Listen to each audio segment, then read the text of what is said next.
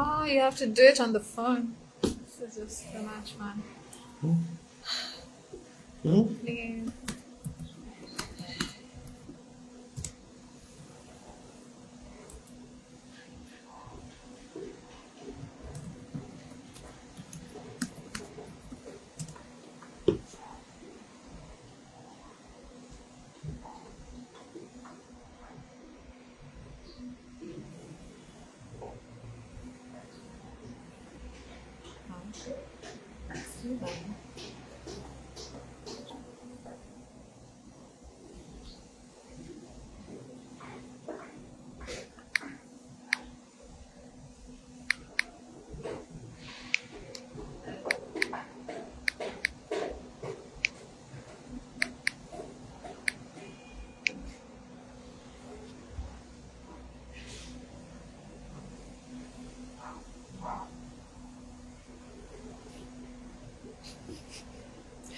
You can only see Shadrach.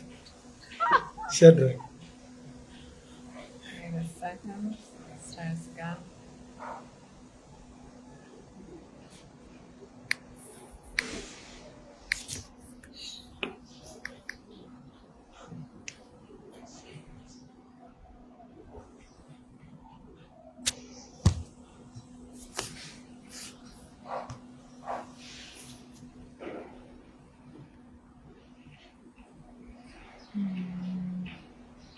Yes. Karen has spaghetti tots.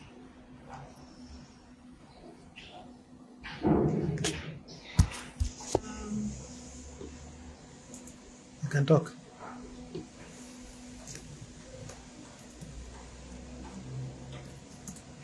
Still adding.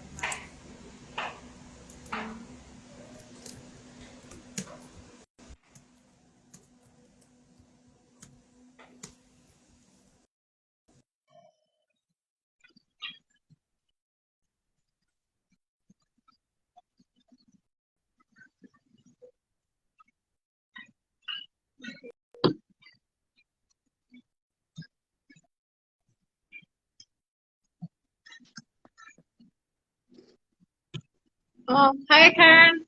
Hi, Hi, how are you? I'm fine. Why are you laughing? No, I was just figuring out what I was debating whether or not I was gonna use the phone or my laptop, but let me return my laptop back to the study room, and um then I'll join you guys on this device, on this phone. Is that fine with y'all? Okay. Cool. Let me mute Okay. myself now.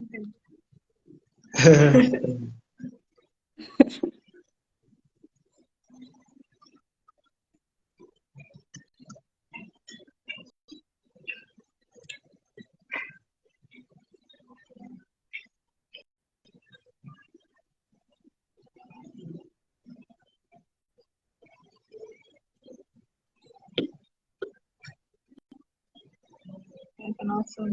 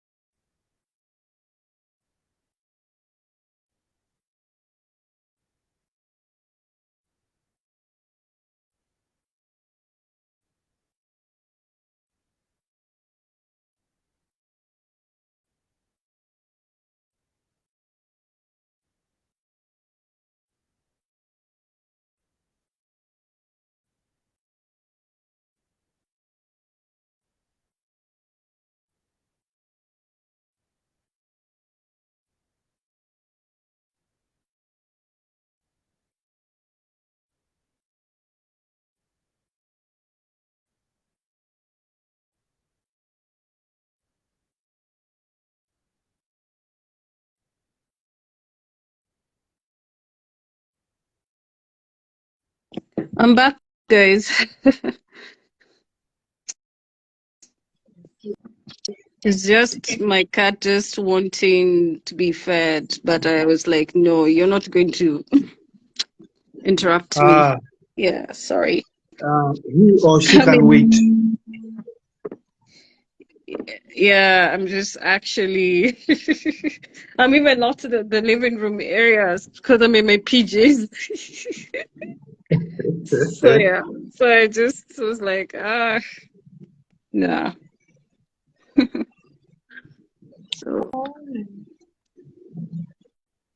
But is there how are you doing? anyone else that you're waiting for? Toby, right? There's Tobiloba and there's Kessa. Oh, I've seen them. So Kessa has joined. Hi, Kesa. Hello, Julius. Good morning to you, and good morning Good to morning. good morning to my fellow panelists. Good morning.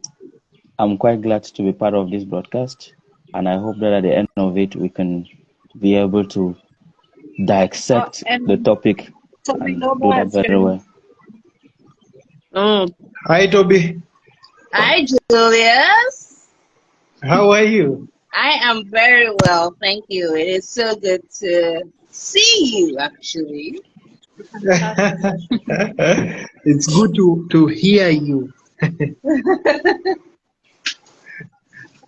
Yeah, so welcome, our panelists. I'll give you 2 minutes each to introduce yourself, where you are, and also what sort of insights you have for today. Okay, I'll introduce the topic, but kindly you tell us your name, where you are, your disability, as we continue. So where do I start? Where do I start? Let me start with the ladies in the house. And I like starting with Toby. I just knew it. Julius? You knew. Like, I'm sure Karen was expecting that. Vina. Yeah, good morning, everyone. My name is Tobiloba Ajayi. I'm from Nigeria. I live with cerebral palsy, and I run an organization called the Let Cerebral Palsy Kids Learn Foundation that promotes inclusive education for children with cerebral palsy in Nigeria. Awesome, awesome, awesome. Let's go to Kesan. Hello, Julius. My name is Kesa Princely. I'm speaking to you from Cameroon, Boya to be specific. I am the founder and chief executive officer of the Foundation for the Inclusion and Empowerment of Persons with Disabilities, a non-profit organization militating for the meaningful inclusion and full participation of persons with disabilities in socio-economic and political life. Well, you want to know that I'm also a journalist, and I'm a doctoral student of peace and conflict resolution here in the University of Boya. I'm quite glad to be part of the panel, and it's my ultimate desire that at the close of the show, people would have understood what digital accessibility is and why it is important to promote it for the well-being of not only persons with disabilities, but humankind as a whole. Awesome, awesome. On a very high note right there. Let's go to Karen. Karen, welcome. Hi, guys. My name is Karen Muriuki, and I'm joining you guys here in Nairobi, Kenya. I'm autistic, and I am the neurodiverse consultant at Bongo TV, and I'm the organizing secretary of the Differently Talented Society of Kenya. It's important I introduce my NGO because I'm the first autistic person to be in the executive board. So I'm so eager to learn about accessibility, especially among the neurodiverse community, because this is one area that I feel it has never been utilized more. And I'm happy to share that with you guys. Awesome, awesome. And my name is Julius Mbura. I'm the advocacy officer at Enable. And to be introduced. Yes, I'm joining you from Nairobi, Kenya, but mentally I'm in Miami. So, as we kick off this conversation this beautiful morning, I'd like to introduce you to the topic for the day. And Kesa has given hints with Karen and Toby on what we are going to talk about today. We are talking about the impact of digital accessibility to persons with disabilities. And as I introduce, I'll be your moderator for the day. I am a VIP, visually impaired person. And as we continue to interact this beautiful morning, I'd urge you, viewers, to interact with us through chat, make a comment, or DM inbox, and we'll get to answer all your questions. I have esteemed panelists right here with me. So let's start with the topic of the day. So, let me not call out Toby again. Let me start with Kesa. Tell us more about digital accessibility. What is this digital accessibility that you're talking about? Thank you very much for that question, Julius.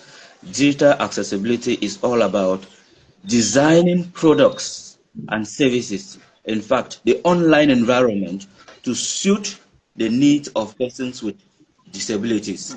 It's all about considering persons with disabilities when we are talking about digital products and services. I remember last year I was asked to do a presentation at Include 2022. That was in September last year. I was talking about decolonizing boundaries or frontiers in design.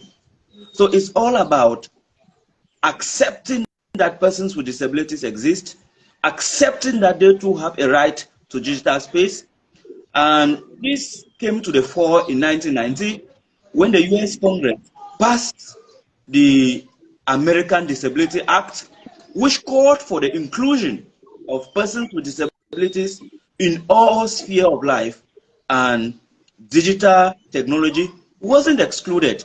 And by 1999, it became clear that the World Wide Web had to also incorporate this in its services.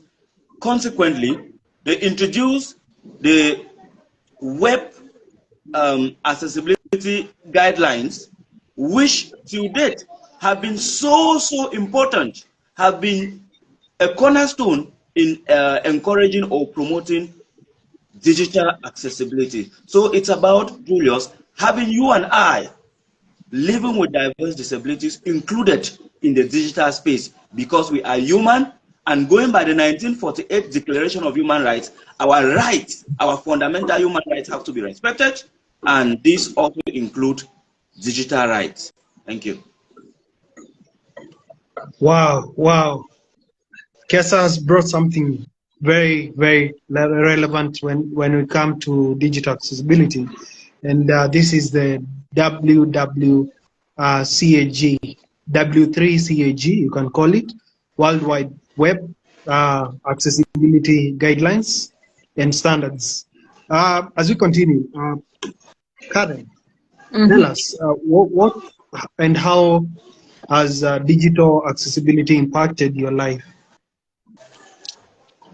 I could probably say it has been, it has really impacted me a lot, especially when it comes to advocating for rights of autistic people in general, in a very positive way, because initially I didn't even think about how I was going to use it, especially social media, to use it as my focal point for advocacy. But now I think it has really helped me, help other autistic adults and other people out there in realizing that, it's not just relatively only to those with other disabilities, but also neurodivergent people can also benefit from digital accessibility. They can utilize in a whole big way, because I think it's one of the major things that that I hope for in future. So I can pretty say it has been a very good experience. Yeah. Awesome. So Karen does advocacy for persons with autism and promoting disability inclusion using digital accessibility as a way, a springboard to actually be at par with the society. And it speaks volumes that we are also putting ourselves out here to have a voice in a community that was and has been marginalized for the longest time. Toby, let me bring you on here and give you this. What are the challenges when it comes to the online environment, or when you talk about the digital world? What are the challenges that have been there, and what do you think should be done to achieve accessibility in general for persons with disabilities? Right. So thank you so much, Julius, for that question. Because every single time that we talk about accessibility, I find that people think in terms of just, there's so much about, especially digital accessibility, there's so much about, access for those who are visually impaired, access for those who are hearing impaired. And then the question becomes, how are we making digital space accessible for those with other kinds of disabilities? I remember that at the conference last year, I had a question for everybody in the room, Microsoft, Google, everyone. And I said, look, it's interesting to hear about all of these innovations, but what does a person who has cerebral palsy and so cannot use their hands and also does not have speech, what do they do? How do they access the digital world? What have we put in place to ensure that there's actual digital accessibility for these group of people? And it was a very interesting conversation with Google, and they were like, oh yeah, these are some of the things we need to hear so we can begin to think about how we develop technology that helps people like these. And so for me, what that said to me was that a lot of people with what the world likes to call complex disabilities have been consistently marginalized when it comes to digital access. Because when it comes to digital access, we're thinking about closed captioning for the deaf. We're thinking about, talk-back technology for the blind. But what happens to the person who can't use their hands? Or what happens to the person who can't talk back?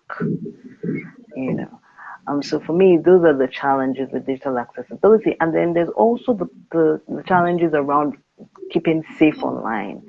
When we're dealing with people with neurodiversity, some people that don't understand sarcasm or don't even understand that people have the capacity to lie, and so don't understand that there are major dangers online. How are we ensuring that we're keeping people with disabilities safe online? And then where do we also draw the lines around safety for children with disabilities? Because that's something that's constantly been on my mind.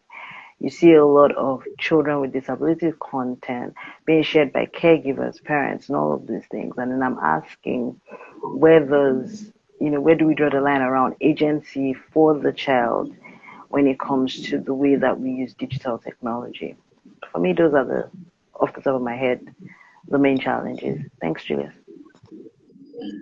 Thank you, Toby. And you've brought a very interesting angle to the discussion when it comes to, the digital accessibility aspect.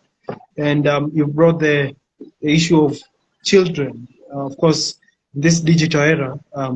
And we can all attest to the fact that COVID came to teach us a lot, because the digital world was not built to accommodate persons with disabilities up until COVID, and then everyone was going online, and persons with disabilities had been marginalized over and above the marginalization that they normally go through, and we were left behind. So everyone was running, trying to look for solutions, and that's why we have such conversations with big giants of tech like Google, Microsoft, Meta, and Toby has mentioned on the conference, and you might be asking yourself, which is this conference that Toby is talking about? This is the Inclusive Africa Conference.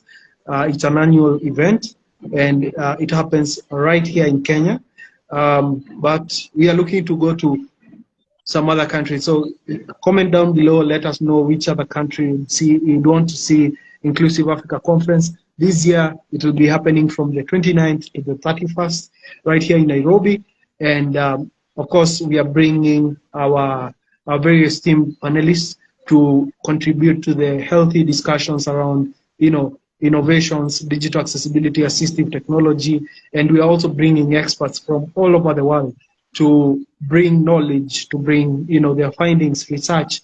We'll be having fireside chats. We'll be having discussions around, all these areas pertaining to disability inclusion and disability mainstreaming. So stay tuned to learn more about the Inclusive Africa Conference, but also visit inclusiveafrica.org to get to learn more about the conference and also to register to attend the conference, because I'm not kidding you and I'm telling you, you'll be missing out if you don't attend the conference. Now, let's go back to our topic of the day, impact of digital accessibility to persons with disabilities. And when we say persons with disabilities, we are not excluding persons without disabilities, because if you've never known, the digital world has always had making moves for persons with disabilities, but everyone else, they join in. Because even for the keyboard, it was actually initially invented for persons with disabilities.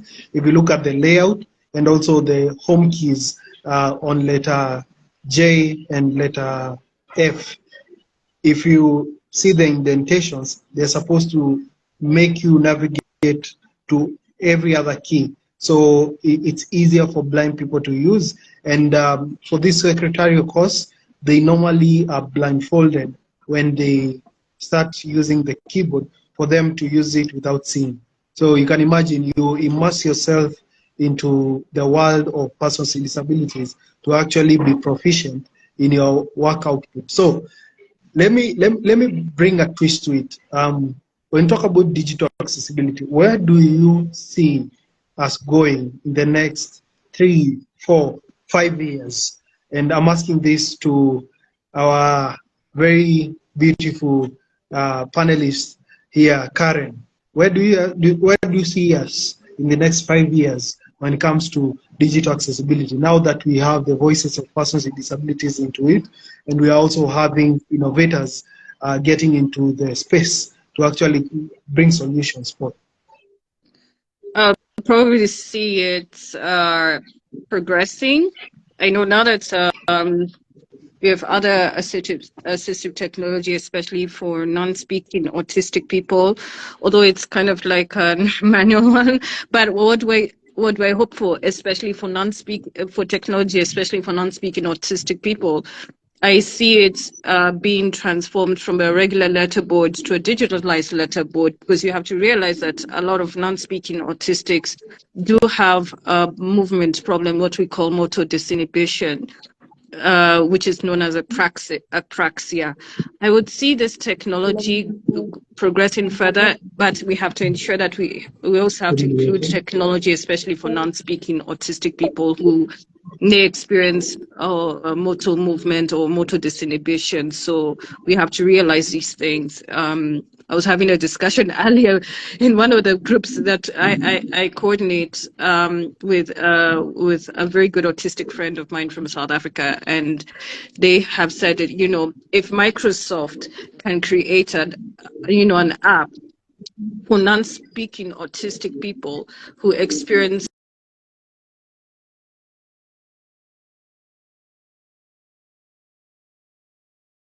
Hello.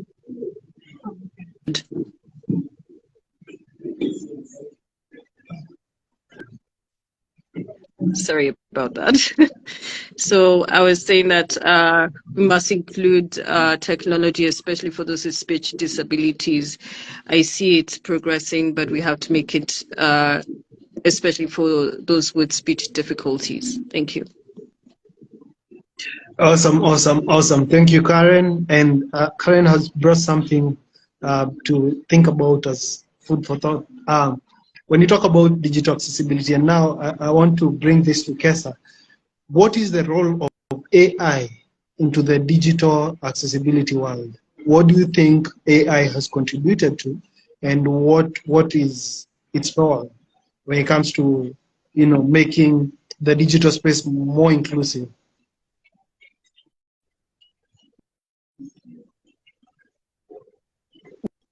You're muted. Kesa? Kessa, please unmute.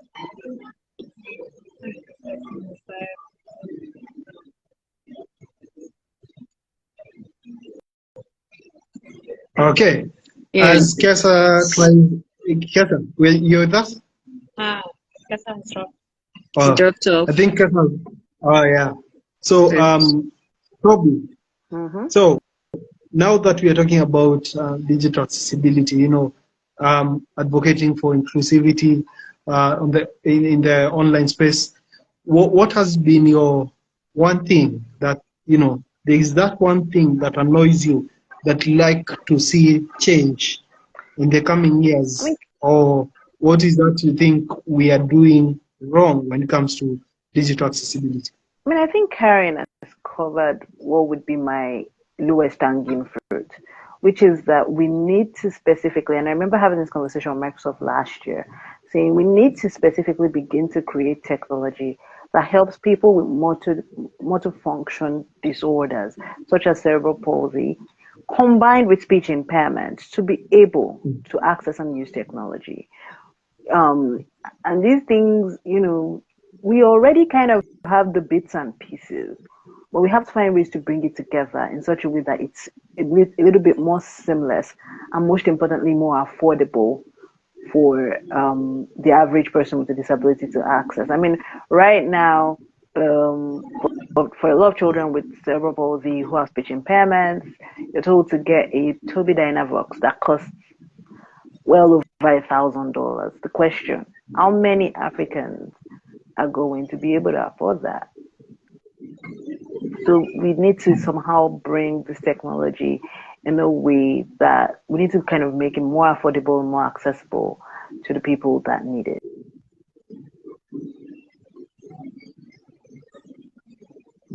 Wow, thank you, Toby. And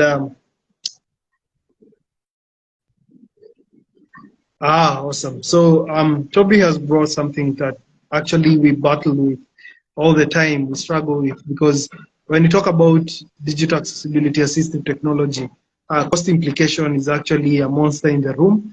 And so for manufacturers, developers, this needs to actually speak to the community, because if the solutions that we are seeking can't be affordable. Thank you, Kesa. Kesa, you're back.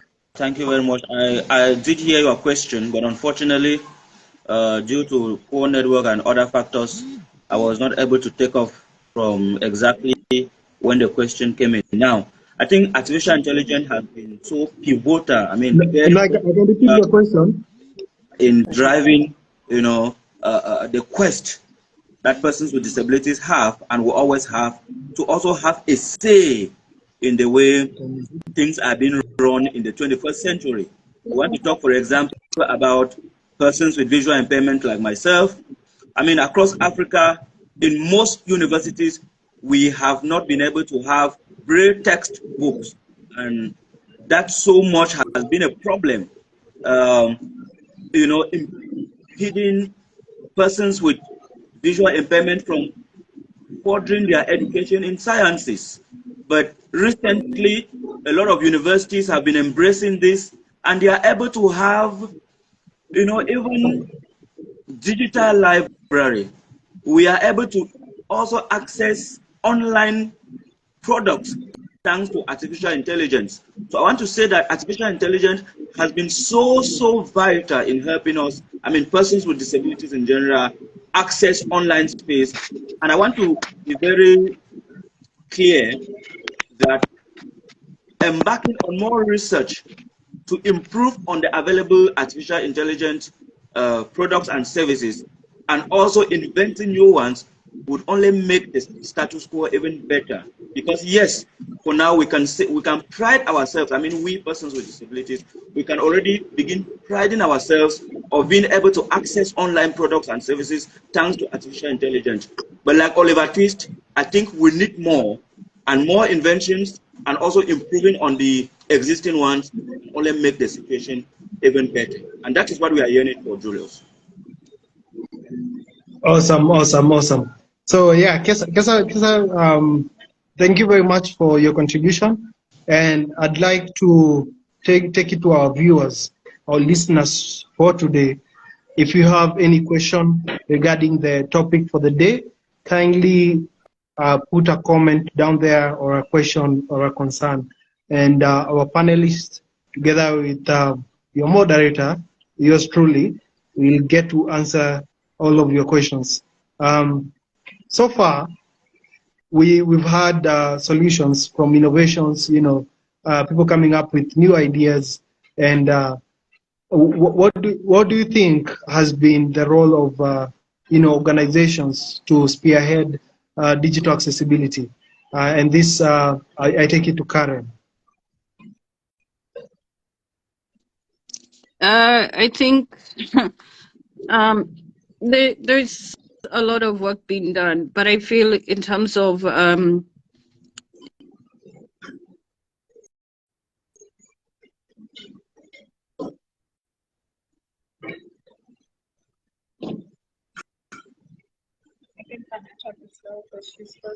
for another speaker, they might not understand. You need to test your product to the actual user that will require it, and it has to be affordable to everyone. So it has to come back to the innovator themselves. Are you using your products? Are you testing your products to the actual person on the ground? I'm talking about those people who require those products within the rural setting of Africa. We need these kinds of stuff. We need people to come with their innovative products to test it on the ground to the rural people that need it the most, and it should be free for all, and not just to the urban setting.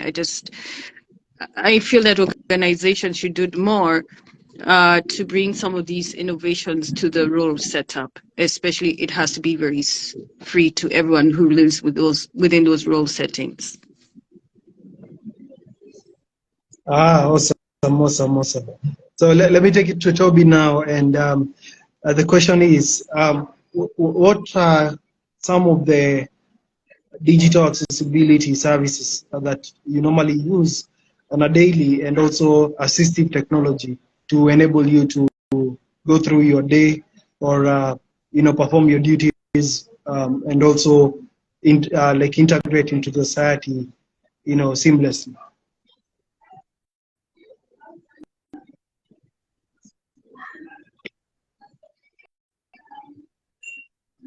Toby, you heard me?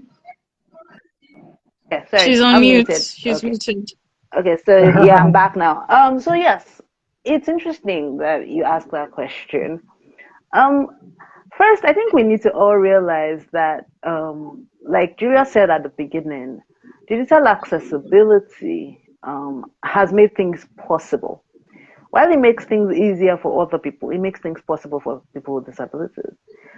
And the biggest example of this was COVID. When COVID hit, suddenly work from home became a thing, right? Everybody could now work from home. This was an accessibility issue that people with disabilities had been asking for decades. And we kept being told that it would not be able to work. You needed to come into the office. That was what employers told people with disabilities, and that kept a lot of people with disabilities out of the workforce. So one of the first things that digital access does is that it does one thing first. It reduces commute time for people with disabilities and commute cost. I don't know about other countries, but I live in Nigeria, and if you're a person with a disability trying to commute in a city like Lagos, your commuting cost will probably be ×4 of somebody your own age without a disability. And so with digital access allowing you to do your tasks maybe from home or from a convenient location, it first of all reduces that cost of that cost mentally and financially of a daily commute.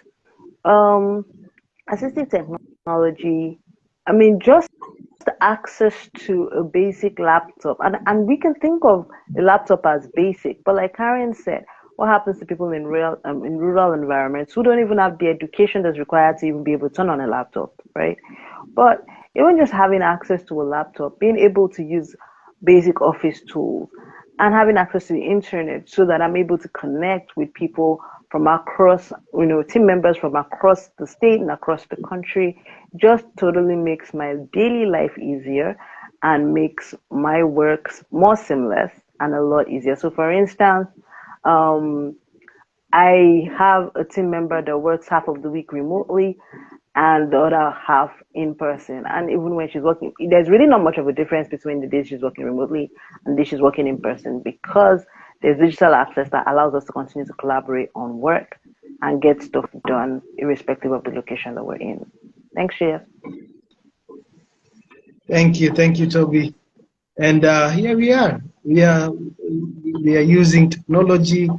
We are using assistive tech and digital accessibility to thrive and to perform our duties from wherever we are, and also having to leverage on that to actually be at the forefront to show people that it's possible and we can all do it. I'd like to give it to Kesa to tell us, if you had 1 minute to talk to manufacturers, decision makers, developers of assistive technology and digital accessibility space, what would you tell them? What would be your message to them? Thank you very much, Julius. That one message to them in 1 minute will be to consider everybody, especially persons with disabilities, when inventing a new product, especially having to incorporate the cultural differences. We are talking about cultural diversity, because what may work for persons with disabilities in America may not exactly happen in Africa. So considering the cultural backgrounds of the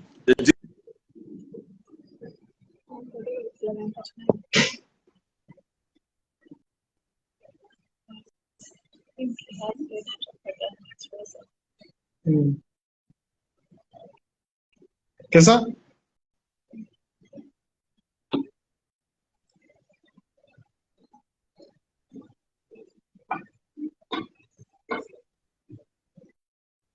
Kesa, can you hear us? I think his screen is frozen. I think I dropped off the call. Okay. So as we give Kesa a minute to join us, I'd also give you, the viewers an opportunity to interact with us and also ask a question to our panelists as we wrap up the live today. But also to bring to your attention is that Enable, in conjunction with Kenya Bureau of Standards, launched the first ever accessibility, ICT accessibility standards for products and services last year at the Inclusive Africa Conference.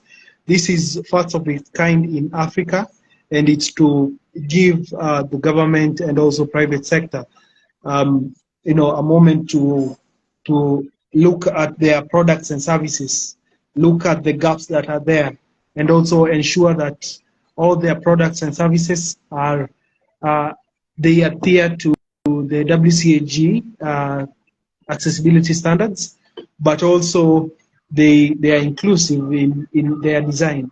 So if you want to know more about the standard, kindly join us for the Inclusive Africa Conference this year, and also to sort of expound on the subject of digital accessibility. And this is where we bring, and this year we are focusing on innovations, solutions that are coming to revolutionize the disability space, because we are bringing 30 innovators from all over Africa with different solutions, different ideas, incorporating, innovative ways on how to make it easier for persons with disabilities and also to streamline some of these challenges that we've talked about right here, and to see more and to understand more, and also to get a theme of the conference and to see the different panels and which one you'd want to plug into. Kindly visit inclusiveafrica.org to register as an attendant. We'll also be having virtual and watch parties from all over Africa, because we'll be having 20 African countries streaming live to follow the conference. And I don't know if Kesa has come back. Kesa, if you can hear me, I think your 1 minute was 30 seconds in, so you can finish with a bang on that. Oh, he hasn't joined, yeah. So, so I'll ask Linda to let us know if we have any questions or concerns or contributions from our viewers. Linda, do we have? Yes, we are scanning. Okay, so we don't have any. We don't have any, but you can ask any question, any concern, any reaction. You can put it down there. You can also put some emojis there, laughing. You know, it's good to kick the day on a high note. So I'd like to give Toby and Karen 2 minutes each to do parting shots as we wrap up this Facebook Live for the day. And if Kesa will join us along the way, we'll also get to hear his 30 minutes of, you know, talking to the decision makers, the captain of the industry. So let's start with Toby. Toby, what is your parting shot? Well, so I would just say that as we think about, you know, digital accessibility as a whole, we need to begin to, as people with disabilities, I think that, one, we need to become more vocal in talking to designers, you know, the captains of the industries that are in the process of making these things, because if they don't have used living experience, user experience of these things, they can assume.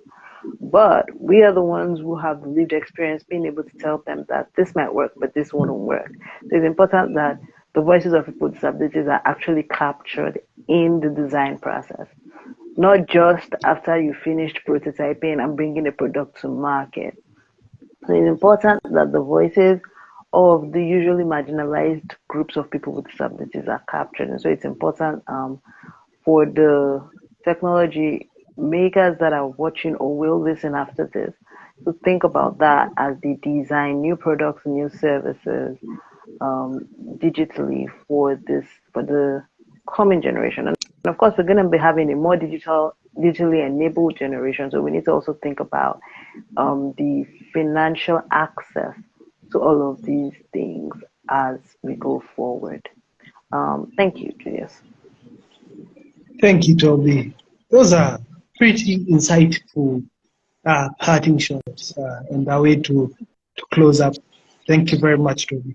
So Linda informs me that we have a question before I bring Karen. So Okay, and also Kesa Kesa is back. rejoining. Okay. Thank you very much. I'm back, though on audio. I was saying that investors in Africa, or inventors, I want to say, should always understand that when coming up with new products, they should first of all think about their own environment before they could later globalize their products. Because if you look at the way technology is evolving in the Western world, it is always about their own immediate environment. And when they are able to solve immediate problems, they can then get their products or services, you know, to cover now the wider or a wider audience, now including Africa. So we should learn to get things done to suit our. Thank you very much, Julius.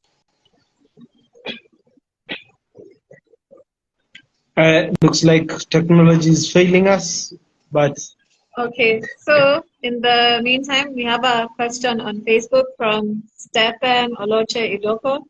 He's written, removing the practice, policy, or procedure altogether, making exceptions to the practice, policy, or procedure to accommodate PWDs, informing, instructing, and training all employees so that they are aware of these changes. So I believe his is more of a comment. Yeah, that is a very healthy comment, and we agree with you, Stephen, that employees should be trained, and also in changing policies, procedures.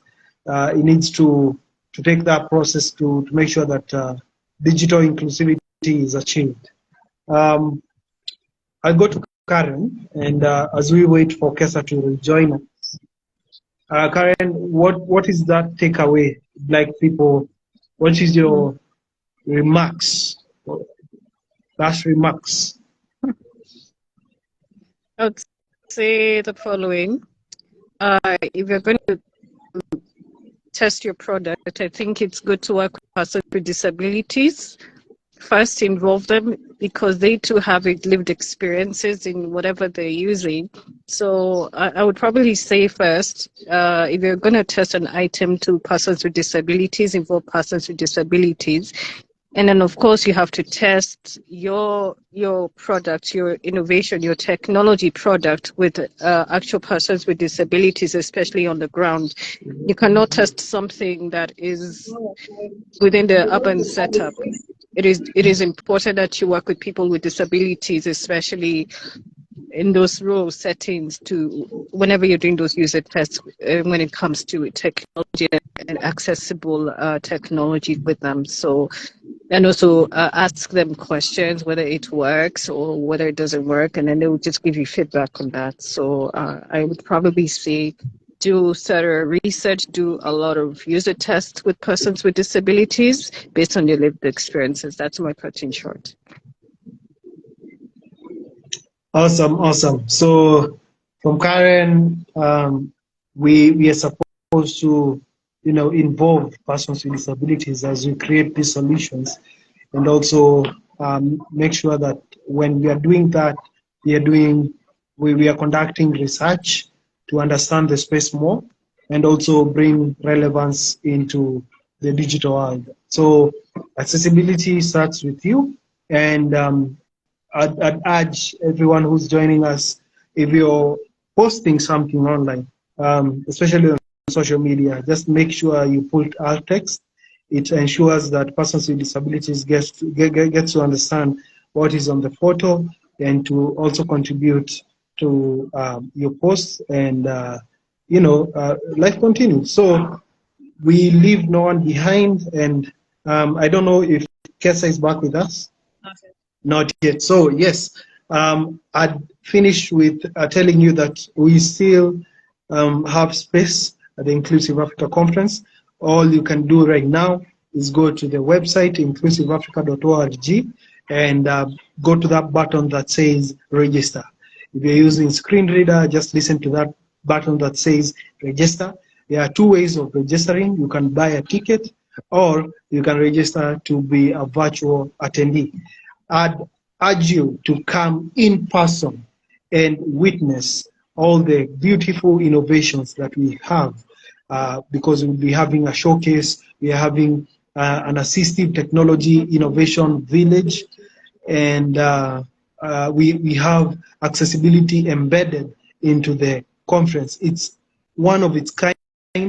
Last year, for those who are joining us, you understand that the preparation that went into the conference planning, the whole outlook of the conference, it's from a point of accessibility, and also digital accessibility is taken care of because we have captioners, we have sign language interpreters. So for deaf and hard of hearing, you'll be following the conversations as we continue, because the captions will be live captioning, and we are not using the AI. We are using actually a captioning firm that will be doing that transcription live on air. So for that and so much more, to come for dinner and have a good time on that day, and get to know who's the winner when it comes to innovations, and also who's the winner when it comes to the Inclusive Africa Icon Award, the segment that we introduced this year, and we received very competitive, very beautiful, very amazing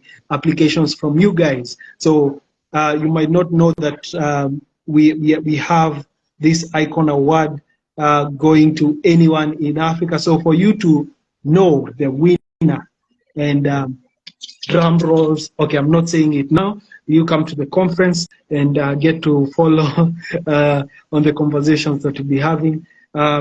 Kindly, you can also follow us on our social media platforms. That is in enable.org to follow on the conversation of disability inclusion and digital accessibility. As we wrap up, we have fire comments. I don't know if they put emojis. I told you to put emojis down there. Even if I cannot see them, Karen will see for me, or Toby Loba here. So let's hear the comments. Okay, our first comment is from Angela Michelle. She's written, we need more institutions to offer the current IT studies in the country, both TVET and higher institutions of learning. And then the second comment is from Vero. This was an amazing discussion, so we are glad you tuned in. Thank you, Vero, for following the discussion. Very good conversations that we're having this morning. And to that comment on, or the question on the what? The TVETs. The TVETs, yes.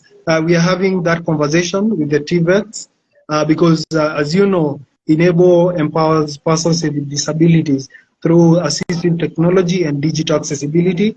And it is our goal and objective to make sure that we scale up this training to, tertiary education and also, higher learning institutions. So yes, I agree. For computer assistive technology and also digital skills. Yes, thank you very much. Just right on time, my guy. Thank you very much, Julius. I was answering the question as to what investors should do if I had to advise them even in a minute or to give them a plea. So that one plea, Julius, would be that investors who are outside Africa should always consider to make their work to suit, to suit cultural diversity. Because what may work in Europe may not work in Africa. And then I'm also advising African inventors to always strive to ensure that they first of all try to let their works suit the realities of, reflect the realities of Africa, and then they could later make their work to have a global appeal or a global audience. If that is done, especially take into consideration the 4 factors to respecting digital accessibility, that is perceivable, understandable, operable, and robust, then I can tell you without mincing words, Julius, that the dream, the cause, the hopes of persons with disabilities having their audio when it has to, or when they have to do with accessing digital products and services would be a thing of the past. Even before the close of this year, it's just about mentality. Julius, thank you. Thank you, Kesa. And just to take advantage of the fact that we can hear you so clearly, I want you to give us your final remarks as we wrap up the live today. So, what's your parting shot? My final remark, Julius, is that no one should be left behind when it comes to the cause to have persons with disabilities have access to products and services. Don't say that in your own field you don't know how you could incorporate them, because journalists should ensure that they do good captioning so that everyone can have access to their digital content. Journalists should ensure that they, especially broadcasters, that's TV broadcasts, they have sign language interpretation in their in their programs. And I will say that to persons with disabilities, they should always make an effort to learn how to use these different technologies and assistive products so that they will be able to utilize what is available at their disposal. In that way, They will also encourage the manufacturers to always think about them each time they want to come out or up with a product or a service. I think it's a two-way, I mean, it's a give and take process. Persons with disabilities make use of the available products and services, and inventors will also see how they could always have us in mind when they are inventing any product or service. Thank you very much. Thank you, Kesa. That is on a high note. The message, of course, being leave no one behind, which is a principle that we are going with, promoting disability inclusion. So we have another question that I'd like Linda to read for us. It's more of a comment. It's still from Vero. So she's written, for us parents with kids with PWDs who are into technology, we need more support to enable them to thrive. Wow, that is powerful. You know, this is a parent with a child who has a disability, and as a parent, she has taken, you know, the roads and understanding that making sure that the child has everything to give them the opportunity to live their life and also have the best. And we applaud you, Vero, for that. Kindly continue with the same spirit and let other parents also know that they also play a big role in ensuring that their children have a bright future ahead. With that, on that high note and sad note, because this time has flown very fast, I'd like us to, you know, close on a very beautiful high note, and I'd leave you with this. Whatever you're doing in whatever capacity, just know that your contribution to disability inclusion and accessibility, it doesn't go to waste in whatever capacity. May it be, you know, putting alt text or explaining to someone or giving an opportunity or making your products and services more accessible. Just know you are making the future of our generation brighter, and those who are behind us to have an easier time, you know, integrating into the society, because no one asked for the disability, and we are all striving for independence. The least we can do is uplift each other. Thank you very much. This has been your moderator, and we have our panelists with us. Kindly follow them on their pages. Just look at their tag names down there to follow them, and follow us for more riveting conversations when it comes to digital accessibility and assistive technology and disability inclusion. Till next time, ciao ciao. What do you say in Cameroon, Kesa? In Cameroon, we say Fulofo. That is bye-bye. Olofo. Bye-bye. Wonderful. And Wonderful. Tobiloba, how do you say that in Nigeria? Oga? Madam. Julius, it would depend on the ethnic group. So Okay. Either Yoruba or Igbo. Okay, so if it's Yoruba, I would say Odabo. Odabo. Yeah. Hey, Odabo. And Karen, how do you say it here locally, even though I'm in Miami? Oh, in Miami. Yeah, Right. in my head. Swahili, kwaheri. Kwaheri ya konana. Kwaheri. Really, bro. Even though I can't hear that language, so for me, I say gracias, adios, muchachos. Till next time. See ya. See you. Thank you, everyone. Bye. Bye.